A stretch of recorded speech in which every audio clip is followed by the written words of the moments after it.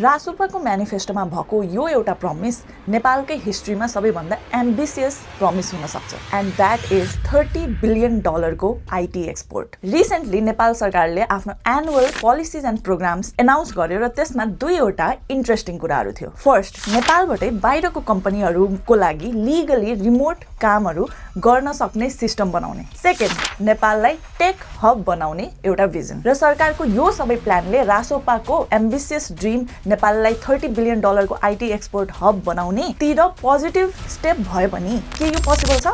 3 वर्ष अगाडिसम्म नेपालको आईटी एक्सपोर्ट $500 बिलियन पनि थिएन र इन्डस्ट्री एस्टिमेट्सको अनुसार अहिले चाहिँ $1 बिलियन टच गर्दैछ and growth rate is around 20 to 25%। र इन्डस्ट्री एक्सपर्ट्सहरूले यो प्रेडिक्ट गरेको छन् द्याट यो रेटले हिड्ने हो भने नेपाललाई 10 देखि 15 वर्षसम्म लाग्छ to achieve the $30 billion goal. र इफ तपाईलाई लागिरहेछ कि इन्डस्ट्री एक्सपर्ट्सहरू रङ पनि त हुन सक्छ होला भने the problem is we are not alone in this race. हाम्रो neighbouring countries India, Pakistan, Bangladesh, Sri Lanka उनीहरू सबैको पनि यस्तै एम्बिसियस गोल छ। सो द क्वेसन इज के हाम्रो सरकारले रासोपाको यो जुन ठुलो ड्रिम छ यसलाई अचिभ गर्न सक्छ होला? I think the answer is yes, but यहाँ एकदमै धेरै out of the box ideas ल्याउन आवश्यक छ। तपाईलाई के लाग्छ, रासोपाको यो एउटा प्रमिस पपुलिस्ट प्रमिस मात्र थियो कि एक्चुअलीमा अचिभ पनि गर्न सकिन्छ होला? कमेन्टमा हामीलाई भन्नु होला and don't forget to follow us for more videos like these.